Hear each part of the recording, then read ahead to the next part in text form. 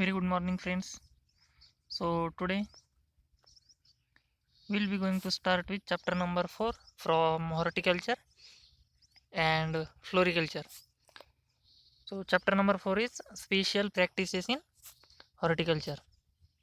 So, this chapter includes the content that is training and pruning, in which we'll be going to see the objective of training and pruning, then types and systems of trainings. The next point is fruit crops. The special practices in fruit crops like bahar treatment, girdling, notching, ringing and bending. So these points we'll be going to see in this chapter. Then some special practices in vegetable crops like earthing up, stacking and blanching. So let's get started with the introduction of this chapter. So some of cultivated fruit trees grow wild and do not give sufficient yield unless pruned or trained to a specific form.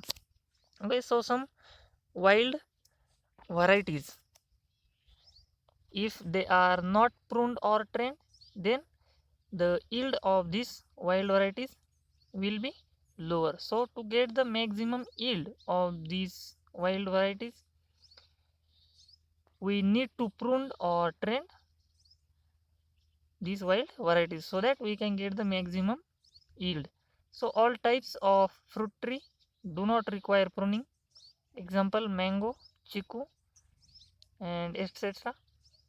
And some fruit trees can grow well naturally. Example, pineapple, papaya, they do not require pruning. Okay, so these are some plants which did not require these special practices like pruning and training. So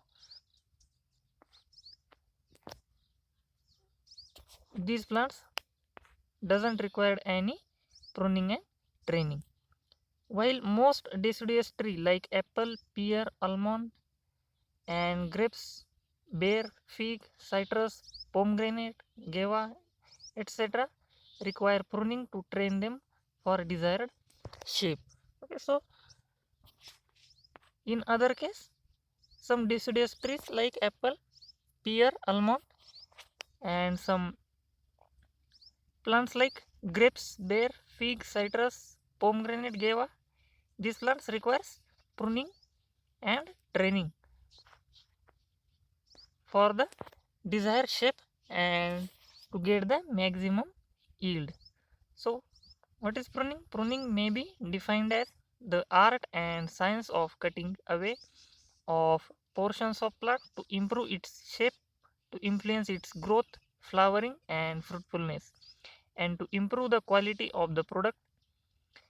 It is done to divert a part of plant energy from one part to another part of plant. Okay, so with the help of this pruning technique, we can improve the shape of any particular plant, or we can also influence the growth of this plant, as well as we can influence the flowering and fruitfulness, and as well as the quality of the product of this plant. So the reason behind this pruning is to divert the plant energy from one part to another plant. So this technique is very helpful in plants like pomegranate, guava, apple, pear and etc. So what is the objectives behind this pruning? The first main objective is to divert the sap flow towards a vital portion of plant. Okay, so the unwanted branches we can cut with the help of this pruning, and the sap flow from these unwanted branches can be diverted to a vital portion where it is needed. Then second objectives of pruning is to influence fruiting capacity and to force the plant to bear more fruits or to induce vigorous vegetative growth. Okay, so with the help of this pruning we can influence fruiting capacity, and also we can force the plant to bear more fruits and as well as the vigorous vegetative growth. Okay, so the another objective behind this pruning is to keep plants in manageable shape and size. Okay, so to keep the plants in manageable shape and size, pruning is helpful so that we can do the other practices in that field. Then maintenance of grown up trees, that is to maintain the health of bearing plant, bringing vigor in old trees. So these are the objectives of pruning. And let's see the effect of pruning. What effect we get from pruning? So it increases new vegetative growth. As I said that it increases the new vegetative growth. In young trees, flowering will be delayed. Okay, so we can delay the flowering by cutting the branches, and we can also induce the flowering in desired season or in the season that we expected. So in old trees there will be new vigorous vegetative growth which bears fruit. It reduces bearing surface, or as a result tree remain dwarf, which is compensated by accommodating more number of dwarf trees, because pruning is a dwarfing process. Okay, so after pruning the plant will be going to dwarf because we just remove some branches so that the plant will look like a dwarf. So improvement in size, color and quality of fruit, this effect will be induced after pruning. So let's see the principles of pruning. Young trees are pruned to train it to acquire a desired shape. Okay, so to acquire a desired shape, the pruning is helpful. In old trees, light heading back is done to stimulate the flowering. In bearing trees, light pruning is done to stimulate fresh growth. In bearing flower buds on fresh growth. In old trees, heavy pruning is done to restore vigorous growth. All the diseased, weak, dead or shading branches must be removed. So with the help of this pruning, we can remove the diseased, weak or dead or shading branches can be removed with the help of this pruning technique. So let's see the systems of pruning. So there are almost 4 types of systems of pruning, that is heading back, thinning out, dehorning and bulk pruning. So let's see one by one. The first one is heading back. In this method, only the terminal portions of shoot or branch are cut, leaving the basal portion intact.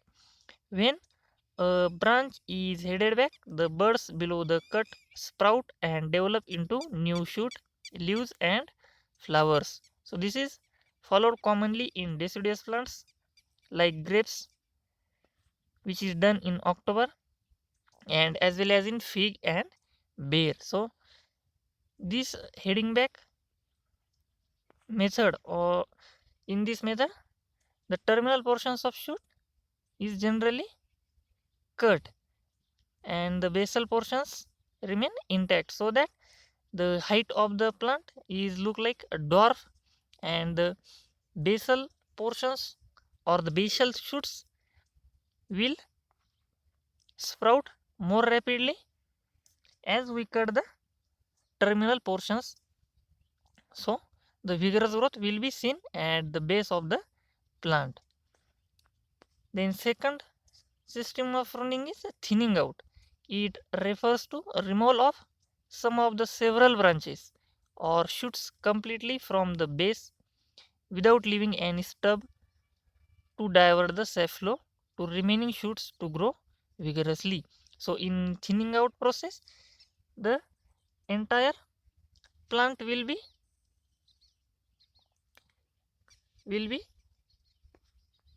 cutted with the help of this thinning out process, so that the sap flow of remaining shoots to grow vigorously. So in this thinning out process, several branches is cutted so that the new vegetative growth will be carried vigorously. So disbudding chrysanthemum, marigold or dahlia to increase the size of remaining flowers. These are good example of thinning, complete removal of a branches or a parts. Okay, so generally this process, thinning out process, is carried out in disbudding chrysanthemum and as well as in marigold and dahlia. The third system of pruning is third process of this pruning is dehorning. In this method, we just cut away the main limbs or thick major branches so that the smaller branches can get the maximum sap flow and can have a vigorous growth. Then last one is a bulk pruning. In this method, heavy pruning all over the tree is done. So for good fruit production, only judicious heading back or thinning out should be done. So this is about the systems of pruning, which includes these four techniques, that is heading back, thinning out, dehorning and bulk pruning method. So I hope you will understand this, and we're going to stop here. The next point, that is training, will be going to see in next video lecture. So till then, stay safe, be safe and stay home. Happy learning.